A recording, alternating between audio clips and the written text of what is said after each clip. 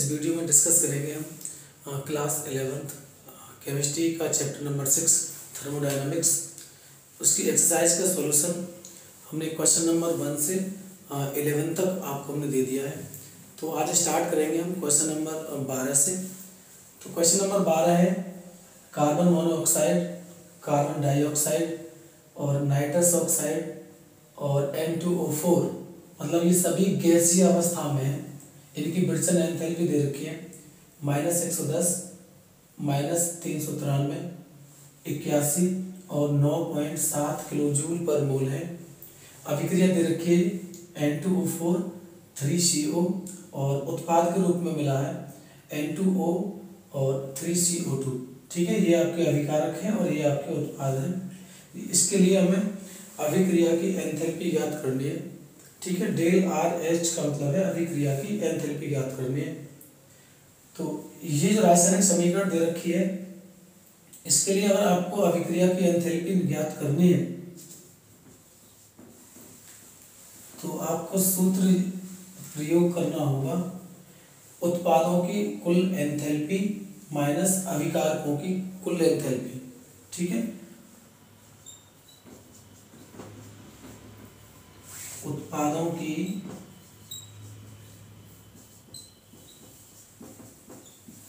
कुल enthalpy minus अभिकारकों की कुल एंथैल्पी। ठीक है, ये वाला सूत्र आप इसे यूज करेंगे।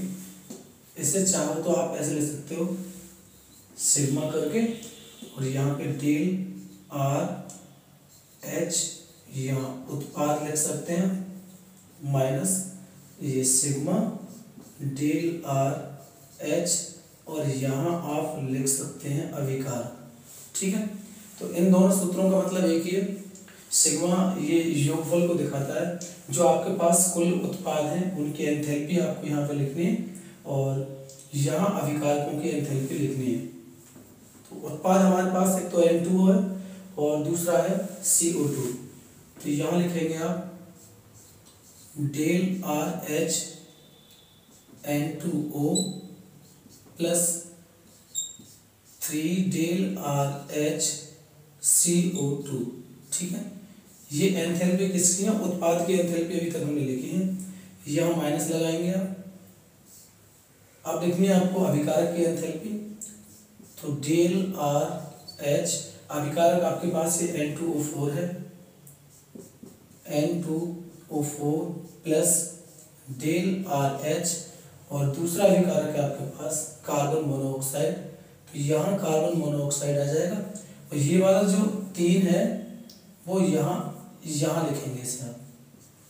ठीक है, तो यहाँ हमने उत्पाद की एंथैल्पियों का योगफल लिख लिया, वहाँ अभिकारकों की एंथैल्पी आपने लिखी है।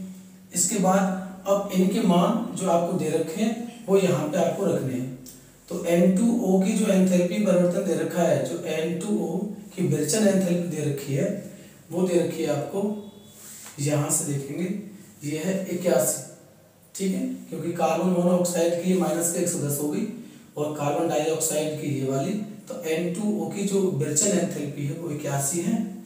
इस 81 को आप यहाँ पर रखेंगे प्लस 3, यहाँ कार्बन डाइऑक्साइड की एंथैल्पी आपको रखनी है, जो आपको दे रखी है -393। ठीक है, उसके बाद N2O4 की एंथैल्पी दे रखी है आपको ये 9.7, मतलब 9.7 किलो जूल पर मोल दे रखी है। तो 9.7 प्लस 3, कार्बन मोनोऑक्साइड की विरचन एंथैल्पी दे रखी है -110 गुणा -110। ठीक है, आसान सवाल है, जैसे मान आपको दे रखे हैं वैसे यहाँ पर रखने हैं। आपको केवल सूत्र याद रखना है, अभिक्रिया की एंथैल्पी आपको ज्ञात करनी है, तो वहाँ उत्पादों की एंथैल्पी माइनस अभिकारकों की एंथैल्पी, ये सूत्र आपको यूज करना होगा।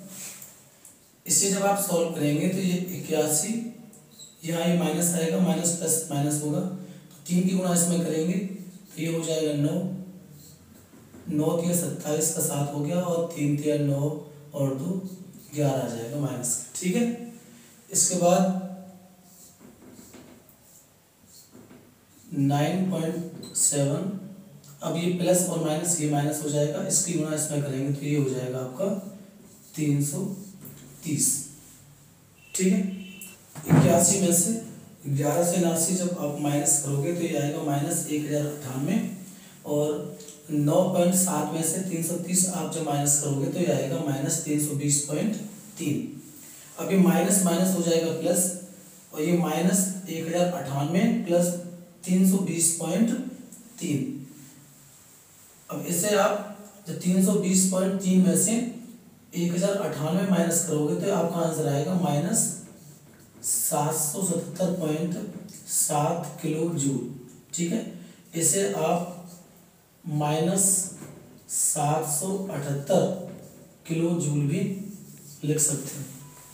ठीक है, अब देखते हैं क्वेश्चन नंबर 13। ये N2 + 3H2 दोनों के संयोग से NH3 का निर्माण हुआ है। ठीक है, मतलब अमोनिया बनने की ये केमिकल रिएक्शन है, और इसकी मानक विरचन एंथैल्पी, मानक एंथैल्पी दे रखी है -92.4 किलो जूल पर मोल। तो यहाँ से पूछा गया है NH3 गैस की मानक विरचन एंथैल्पी ज्ञात करो। ठीक है ना, ये रासायनिक समीकरण है जिसमें नाइट्रोजन और हाइड्रोजन ने संयोग करके अमोनिया बनाई है। तो ये अमोनिया के बनने में जो एंथैल्पी परिवर्तन हुआ है वो -92.4 किलो जूल पर मोल हुआ है। तो यहाँ से आपसे पूछा गया है अमोनिया गैस की मानक विरचन एंथैल्पी ज्ञात करो। तो इस केमिकल रिएक्शन को हम एक बार दोबारा लिखते हैं। नाइट्रोजन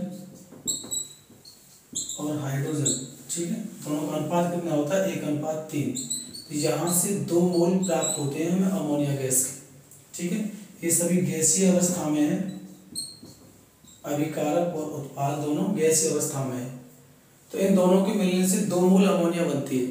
2 मोल अमोनिया बनने में, मतलब 2 मोल अमोनिया बनने में जो एंथैल्पी परिवर्तित हुई है वो -92.4 किलो जूल पर मोल हुई है।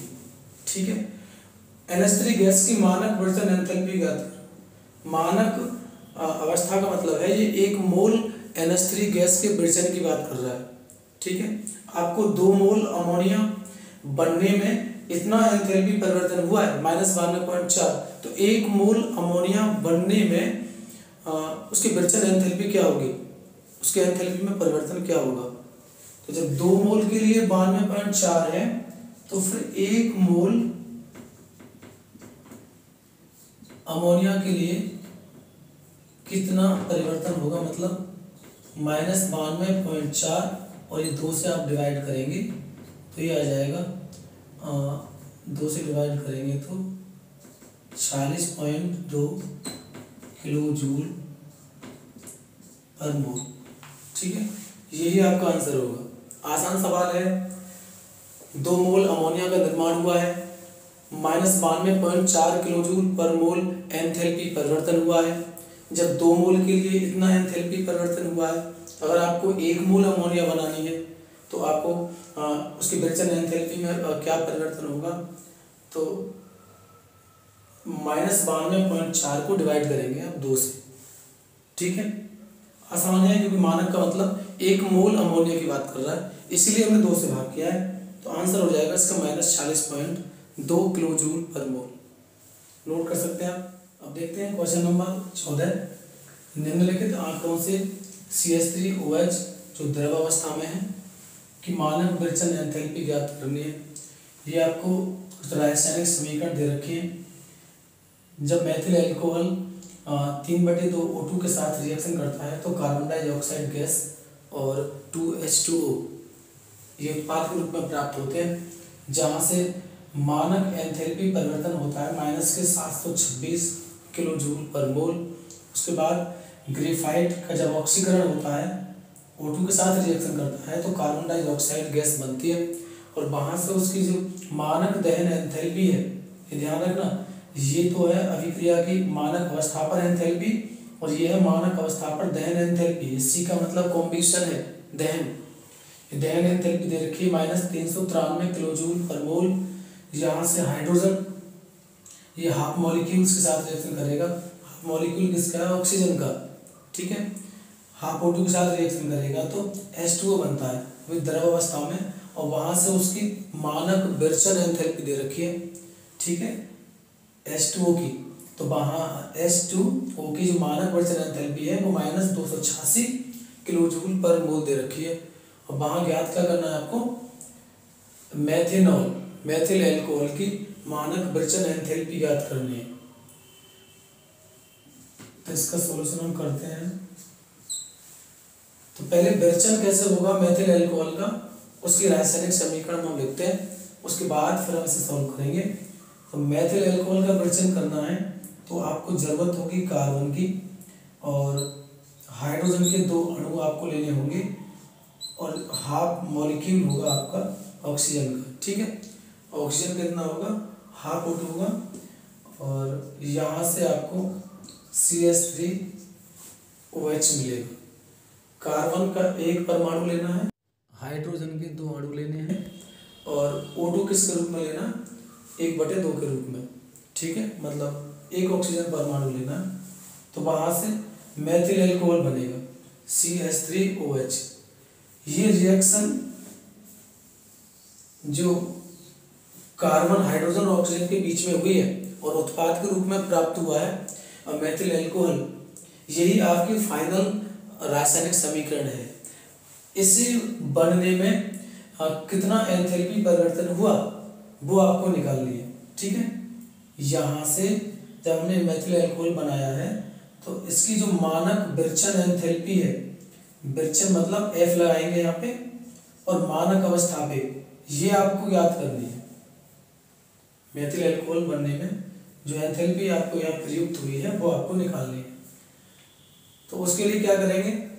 देखें, हमारे पास कार्बन 1 है यहाँ पे, तो इनको नाम दे देंगे, ठीक है। हम इसको समीकरण फर्स्ट मानते हैं, ये समीकरण सेकंड है, और ये समीकरण थर्ड है। तो सेकंड वाली जो समीकरण है उसको तो हमें सेम रखना है, क्योंकि हमें कार्बन कितना चाहिए? 1 कार्बन चाहिए। तो 1 कार्बन हमको मिल रहा है दूसरी समीकरण में, तो इसको हम सेम लिखेंगे दूसरी वाली समीकरण को, C+O2, और यहाँ से CO2 बनेगा, और इसकी जो एंथैल्पी दे रखी है, दहन एंथैल्पी, वो दे रखी है -393 किलो जूल पर मोल, ठीक है। उसके बाद अब हमें क्या चाहिए? हाइड्रोजन के 2 अणु चाहिए। तो हाइड्रोजन आपको कहाँ मिल रहा है? समीकरण 3 में, यहाँ पे हाइड्रोजन आपको मिल रहा है। अगर हम इस समीकरण में 2 की गुणा कर दें तो हमको हाइड्रोजन के 2 अणु मिल जाएंगे। तो समीकरण थर्ड में 2 की गुणा करेंगे, यहाँ लिखेंगे समीकरण थर्ड में 2 की गुणा करनी है। इस वाले में कर क्यों है? क्योंकि हमें यहाँ पे हाइड्रोजन के 2 अणु चाहिए, इसलिए। तो यहाँ 2 की गुणा करेंगे, ये हो जाएगा 2H2, इधर हो जाएगा ये O2, ठीक है, इधर हो जाएगा 2H2O, और यहाँ इसकी जो विरचन एंथैल्पी है वो भी 2 गुनी हो जाएगी, ठीक है, क्योंकि 2 की गुणा हम इसके विरचन एंथैल्पी में भी करेंगे।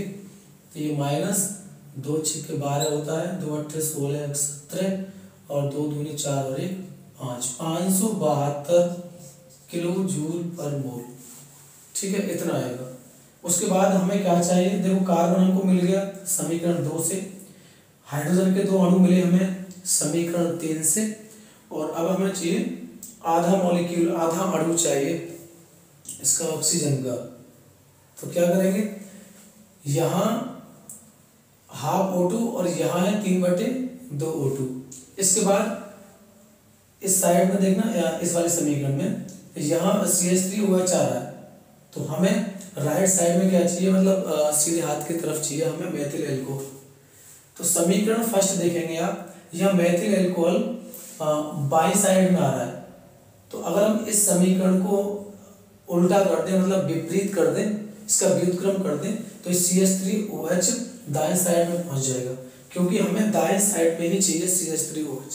तो हम लिखेंगे समीकरण फर्स्ट का व्युत्क्रम करने पर, समीकरण फर्स्ट का व्युत्क्रम करेंगे, ठीक है। मतलब जो अभिकारक हैं वो उत्पाद बन जाएंगे और जो उत्पाद है वो अभिकारक वाली साइड में आ जाएंगे।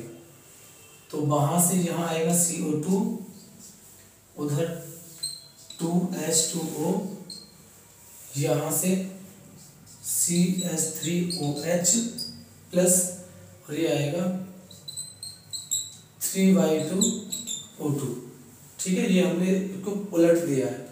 अब यहाँ इसके जो एंथैल्पी परिवर्तन दे रखा था -726 किलो जूल पर मोल, इसे हम प्लस में कर देंगे। ठीक है, व्युत्क्रम का मतलब ये जो प्रतीक है ये भी बदल जाते हैं। तो यहाँ लिखेंगे इसकी जो एंथैल्पी परिवर्तन है +726 किलो जूल पर मोल।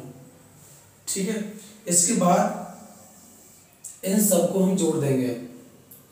तो यहाँ से देखें आप, CO2 इस साइड में है और इस साइड में ये यहाँ से कट जाएगा, क्योंकि एक जैसे अणु अगर विपरीत साइड में है तो वो कटते हैं और एक ही साइड में है तो वो जुड़ते हैं। तो यहाँ से कट जाएगा, यहाँ 2H2 है तो ये भी 2H2O, ये कट जाएगा यहाँ से। अब जो बचता है उसे देख लेना, यहाँ कार्बन बचा, ये O2 है ये वाला, और यहाँ ये वाला भी O2 है, तो 2O2 हो जाएंगे। अब ये 2O2 और ये 3Y2O2, तो कितना बचा, देखो मैं यहाँ करता हूँ, O2 और O2 ये कितना हो गए 2O2, तो 2 तो ये हो गया, और ये 3Y2 मतलब 3/2 O2 है, तो 3/2 हमें माइनस करना है, तो ये कितना आएगा 1/2। तो यहाँ कितना बचेगा 1/2 O2। ठीक है, इन दोनों को हमने जोड़ दिया है और इन दोनों में से इसको हमने घटाया है, तो ये आएगा 1/2 O2। इसके बाद ये वाला 2H2 बचा यहाँ पे, इसे 2H2 यहाँ लिखेंगे, यहाँ पे ये दोनों कट गए, ये बचा केवल CH3OH। ठीक है, इन तीनों समीकरणों को हल करने के बाद में हमें फाइनल समीकरण मिली जो हमको चाहिए थी, ये वाली। ठीक है, उसके बाद इनके जो एंथैल्पी परिवर्तन दे रखे हैं इनको भी हम इसी हिसाब से जोड़ेंगे जैसे आपने ये जोड़े। ठीक है, तो इन तीनों को हमें टोटल करना होगा, डेल क्या पूछा था आपसे, फॉर्मेशन मानक अवस्था पे, मतलब बिरचन एंथैल्पी पूछी थी। ये बिरचन एंथैल्पी निकल के आएगी यहाँ से, तो इन सबको जोड़ देंगे। तो ये 3 और 2 कितने होंगे, यहाँ पे 5, और 9 और 7 कितने होंगे 6, 5 3 8 और 1 9, तो ये -965 आ गया, और ये +726। ठीक है, इन दोनों को जब ऐड करेंगे तो -965 और ये वाला 726। जब इसको आप इसमें से इसे घटाएंगे तो इसका आंसर आएगा 239 माइनस में किलो जूल पर मोल। ठीक है, तो ये क्वेश्चन नंबर 14 का आंसर है -239 किलो जूल पर मोल। ठीक है, नोट कर सकते हैं आप। आइए देखते हैं क्वेश्चन नंबर 16। एक विलगित निकाय के लिए डेल U बराबर 0, डेल U का मतलब आंतरिक ऊर्जा में परिवर्तन, तो 0 दे रखा है, और इसके लिए डेल S का मान पूछा गया। डेल S का मान क्या होगा, तो डेल S बराबर होता है Q/T। ठीक है, डेल S बराबर Q/T होता है, और इसी के लिए हम डेल H/T लिख सकते हैं, और डेल H बराबर आप जानते हैं del U plus P del V ये होता है। ठीक है, एंथैल्पी परिवर्तन की जो ऊष्मागतिकी समीकरण है डेल H बराबर del U plus P del V होती है, और इस डेल H के मान को यहाँ पर रखेंगे हम, तो ये डेल S बराबर del U plus P delta P upon T हो जाएगा, और डेल U बराबर क्या दे रखा है 0, तो डेल U बराबर 0 रखेंगे इसमें, तो ये हो जाएगा डेल S बराबर P del V upon T। ठीक है, ये हो जाएगा, यहाँ से P डेल V बराबर आप निकालेंगे तो T डेल S ये निकल के आएगा। तो डेल एस का मान पूछा है एक विलगित निकाय के लिए। वैसे भी ऊष्मागतिकी का जो द्वितीय नियम है वो क्या कहता है, एक सदैव परिवर्तित निकाय है तो उसके लिए जो एंट्रोपी परिवर्तन का मान होता है वो सदैव धनात्मक होता है। तो इसका जो मान आएगा एंट्रोपी परिवर्तन का, ये डेल एस का जो मान आएगा वो कितना आएगा, 0 से बड़ा, 0 से बड़ा। ठीक है, ये 0 से बड़ा आएगा क्योंकि ऊष्मागतिकी का द्वितीय नियम क्या कहता है, एक स्वतः परिवर्तित निकाय है तो उसके लिए जो एंट्रोपी परिवर्तन का मान धनात्मक होता है। तो इसका जो आंसर होगा वो होगा डेल एस का जो मान होगा वो 0 से बड़ा होगा, मतलब धनात्मक होगा। तो देखते हैं क्वेश्चन नंबर 17। क्वेश्चन नंबर 17 है 298 केल्विन ताप पर अभिक्रिया 2A + B एरोसी दे रखा है के लिए जो एंथैल्पी परिवर्तन दे रखा है वो 400 किलो जूल पर मोल है और एंट्रोपी परिवर्तन दे रखा है 0.2 किलो जूल पर केल्विन मोल। और डेल एच व डेल एस को, ठीक है, एंथैल्पी परिवर्तन और एंट्रोपी परिवर्तन को ताप विस्तार में स्थिर मानते हुए हमें बताना है कि किस ताप पर अभिक्रिया स्वतः होगी। ठीक है,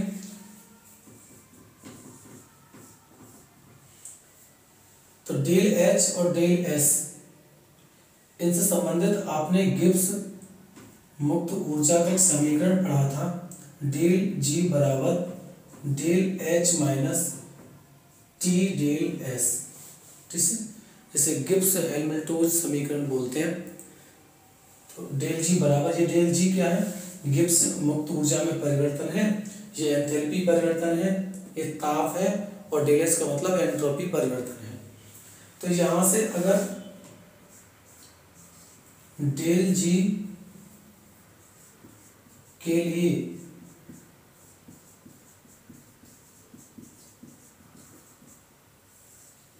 साम्य अवस्था पर डेल जी बराबर कितना होता है, 0। तो पहले साम्य अवस्था पर यहां से हम इसका ताप निकालेंगे। ठीक है, क्योंकि स्वतः अभिक्रिया स्वतः परिवर्तित कब होगी, जब डेल्टा जी का मान नेगेटिव में होता है। ठीक है, ये आपको याद रखना है, अभिक्रिया स्वतः कब होती है, जब डेल्टा जी का मान कैसा होगा, नेगेटिव में होगा। तो पहले हम डेल्टा जी को साम्य अवस्था पर कैलकुलेट करते हैं। ठीक है, डेल्टा जी के लिए हम साम्य अवस्था पर हम मानकर और वहां से हम ताप निकालेंगे। उसके बाद फिर हम डेल जी बराबर जो ऋणात्मक होगा उसके लिए ज्ञात करेंगे। तो पहले डेल्टा जी बराबर हम यहाँ पे 0 रखेंगे, तो ये 0 बराबर del H minus T delta S आएगा, और यहाँ से डेल्टा एच बराबर टी डेल्टा एस होगा। ताप हमको निकालना है तो टी बराबर delta H upon delta S होगा। ठीक है, डेल्टा एच का मान ये आपको दे रखा है 400 किलो जूल पर मोल, तो यहाँ 400 रखेंगे। उसके बाद डेल्टा एस का मान आपको दे रखा है 0.2 दे रखा है। तो यहाँ से जब इसे सॉल्व करोगे तो ये 400 बटे ये 2/10 हो जाएगा, तो यहाँ से हो जाएगा ये 4000/2। तो यहाँ से आपका 2000 केल्विन ये ताप निकल के आएगा। ताप कितना आया है, 2000 केल्विन निकल के आया। किसके लिए, अगर डेल जी आपने साम्य अवस्था माना है, साम्य अवस्था पर माना है, तो डेल्टा जी साम्य अवस्था के लिए कितना होता है, 0 होता है। तो हमसे पूछा क्या गया है, हमसे पूछा गया है अभिक्रिया स्वतः परिवर्तित कब होगी, स्वतः कब होगी। तो अभिक्रिया स्वतः जब होती है जब डेल्टा जी का मान माइनस में होता है, ऋणात्मक होता है। तो यहाँ हम डेल्टा जी बराबर 0 अगर माने तो डेल्टा जी बराबर 0 पर जो ताप है वो 2000 केल्विन है। ठीक है, और हमें चाहिए वो डेल्टा जी का मान नेगेटिव। जब आप नेगेटिव में लेंगे तो ताप आपको 2000 से अधिक चाहिए। जब डेल्टा जी बराबर 0 पे टेम्परेचर 2000 निकल के आ रहा है तो डेल्टा जी बराबर नेगेटिव के लिए कितना आएगा, 2000 से अधिक ताप आएगा इसका। तो यहाँ लिखेंगे आप जो टेम्परेचर है वो कितना होना चाहिए, 2000 केल्विन से अधिक होना चाहिए, तब जाके आपका डेल्टा जी बराबर नेगेटिव होगा, और डेल्टा जी बराबर जो ऋणात्मक होता है उसी पर अभिक्रिया स्वतः परिवर्तित होती है। ठीक है, तो नोट कर सकते हैं आप। अब देखते हैं क्वेश्चन नंबर 18। अभिक्रिया 2Cl ArCl2 के लिए डेल्टा H और डेल्टा S के चिन्ह क्या होंगे। ठीक है, मतलब ऋणात्मक होंगे या धनात्मक होंगे, ये आपसे पूछा गया है। तो ये समीकरण है 2Cl ArCl2, जो दोनों में मतलब अभिकारक और उत्पाद दोनों ही गैसीय अवस्था में है। तो इस Cl2 को मैं Cl सिंगल बॉन्ड Cl ऐसे लिख सकता हूँ, कोई दिक्कत ही नहीं। Cl2 को हम ऐसे लिख सकते हैं। तो यहाँ बंध बने हैं, बंधों का निर्माण हुआ है। क्या हुआ है यहाँ पे? बंधों का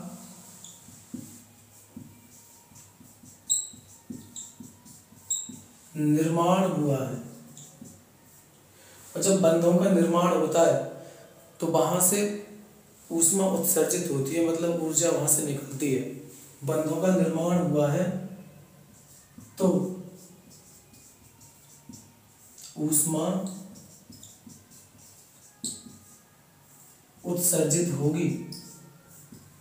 ठीक है, यहाँ पे देखो 2 Cl थे, ये आपस में संयोग किया तो Cl2 बना। Cl2 को हम ऐसे लिख सकते हैं, दोनों के बीच में सहसंयोजक बंध बना। ठीक है, ये एकल सहसंयोजक बंध है। जब बंधों का निर्माण होता है तो ये चीज आपको याद रखनी है कि वहाँ ऊष्मा उत्सर्जित होती है, मतलब ऊष्मा क्षेपी अभिक्रिया होती है जहाँ बंधों का निर्माण होता है। जहाँ बंध टूटते हैं वहाँ ऊष्मा शोषी अभिक्रियाएं होती हैं। ठीक है, तो बंधों का बनना या निर्माण होना ऊष्मा क्षेपी अभिक्रिया है, मतलब ऊष्मा वहां से उत्सर्जित हुई है। जब ऊष्मा उत्सर्जित हुई है तो वहां से डेल एच का मान क्या होगा? नेगेटिव होगा। ठीक है, ऋणात्मक। ये आप जानते हैं, अगर ऊष्मा क्षेपी अभिक्रिया है तो एंथैल्पी जो परिवर्तन है वो नेगेटिव होता है, मतलब ऋणात्मक होता है। और ऊष्मा शोषी अभिक्रिया है तो उसके लिए एंथैल्पी परिवर्तन मतलब डेल्टा एच का मान धनात्मक होता है, पॉजिटिव होता है। अब पूछा गया है आपसे डेल एस का चिन्ह क्या होंगे। डेल एस का मतलब है एंट्रोपी परिवर्तन, मतलब अव्यवस्था की माप ही एंट्रोपी कहलाती है। किसी निकाय की अव्यवस्था की जो माप है उसे हम एंट्रोपी कहते हैं। जब बंध बनते हैं, जब बॉन्ड्स का फॉर्मेशन होता है, मतलब जब बंधों का निर्माण होता है तो व्यवस्था बनती है, या हम ये कह सकते हैं अव्यवस्था कम होती है। जब बंध टूटते हैं तो अव्यवस्था बढ़ती है, तो बोलेंगे एंट्रोपी बढ़ रही है। जब बंध टूटेंगे तो हम बोलेंगे अव्यवस्था बढ़ रही है, तो एंट्रोपी का मान भी बढ़ेगा। और जब बंध बनते हैं, बंधों का निर्माण होता है, तो अव्यवस्था कम होती है, तो एंट्रोपी घटेगी। एंट्रोपी घटेगी तो उसके लिए हम लिखेंगे हम नेगेटिव। ठीक है, तो मुझे आशा है ये क्वेश्चन आपके समझ में आया होगा जरूर। आसान क्वेश्चन है। 2Cl से Cl2 का निर्माण हुआ है, मतलब बॉन्ड बनेंगे, यहाँ बंधों का निर्माण होगा। जब बंध बनते हैं तो ऊष्मा वहां से उत्सर्जित होती है, जिसके लिए डेल्टा एच का मान नेगेटिव होगा। और अव्यवस्था कम होती है तो डेल एस का मान भी नेगेटिव में होगा। अब देखते हैं क्वेश्चन नंबर 19। अभिक्रिया 2A + B एरो 2D, जो सभी मतलब अभिकारक और उत्पाद दोनों गैसीय अवस्था में हैं, और इसके लिए आंतरिक ऊर्जा में परिवर्तन मतलब मानक अवस्था पे तो डेल यू नॉट का मान दे रखा है -10.5 किलो जूल, और डेल एस नॉट मानक अवस्था पे एंट्रोपी परिवर्तन दे रखा है -44.1 जूल केल्विन। अभिक्रिया के लिए डेल जी नॉट मतलब मानक अवस्था पे गिब्स मुक्त ऊर्जा परिवर्तन ज्ञात करना है और बताना है कि ये अभिक्रिया स्वतः परिवर्तित होगी या नहीं। ठीक है, तो स्वतः परिवर्तित के लिए एक ही कंडीशन है कि डेल जी नॉट का मान कैसा आना चाहिए? नेगेटिव आना चाहिए। अगर नेगेटिव आंसर आता है डेल जी नॉट का तो अभिक्रिया स्वतः परिवर्तित होगी, और अगर धनात्मक आता है तो स्वतः परिवर्तित नहीं होगी। ठीक है, ये याद रखना है। तो निकालते हैं, तो डेल्टा जी नॉट बराबर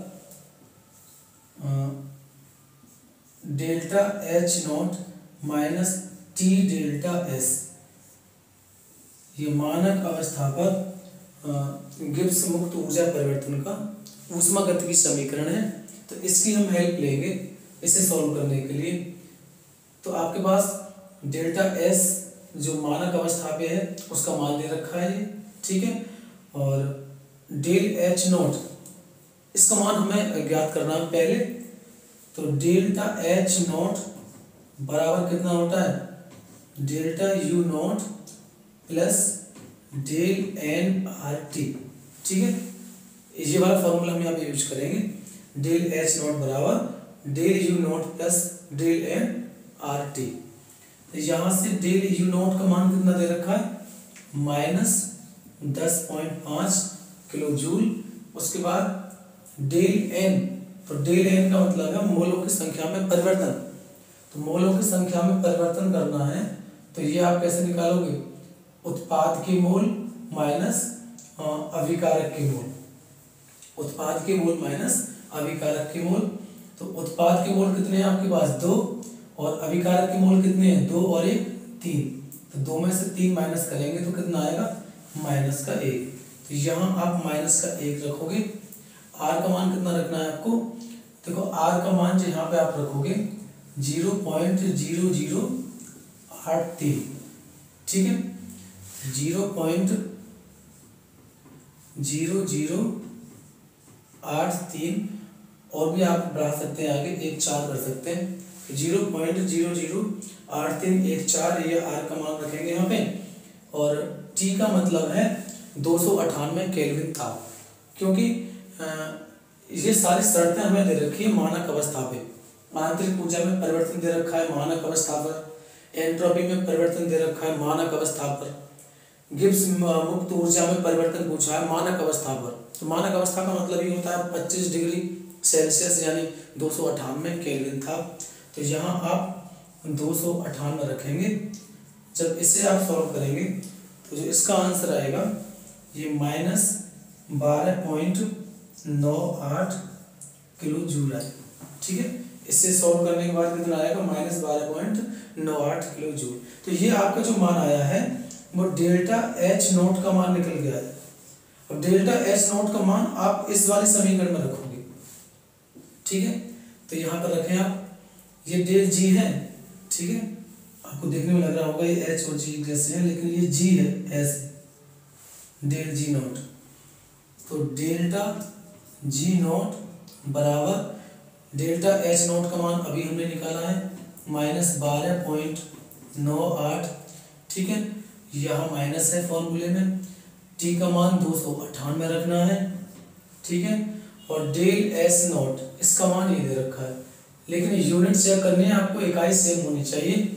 यहाँ किलो जूल में दे रखा है डेल यू नॉट का मान, और इसका दे रखा है जूल पर केल्विन मोल में, ठीक है। तो ये किलो जूल है तो इससे भी आप किलो जूल करेंगे। तो जब किलो जूल करेंगे तो क्या होगा, यहाँ आप माइनस 44.1 और 1000 से भाग करेंगे, यानी 10 की घात माइनस 3 की गुणा कर दो आप। 1000 से भाग का मतलब 10 की घात माइनस 3 से गुणा कर दो, तो ये आपका बन जाएगा किलो जूल पर केल्विन में, ठीक है ना। इकाइयाँ हमें सेम करनी होती हैं, यहाँ किलो जूल में दे रखा था तो वहाँ भी हम किलो जूल में करेंगे। तो यहाँ रखेंगे इसका मान आप माइनस 44.1 गुणा 10 की घात माइनस 3। तो ये डेल्टा एस नोट का मान आया। जब यहाँ से आप इसे सॉल्व करेंगे तो इसका जो आंसर आएगा ये आएगा 0.1648 किलो जूल, ठीक है। तो मानक अवस्था पर तो डेल्टा जी का मान कितना है 0.1648 किलो जूल। ये आंसर होगा इस प्रश्न का, तो नोट कर सकते हैं आप।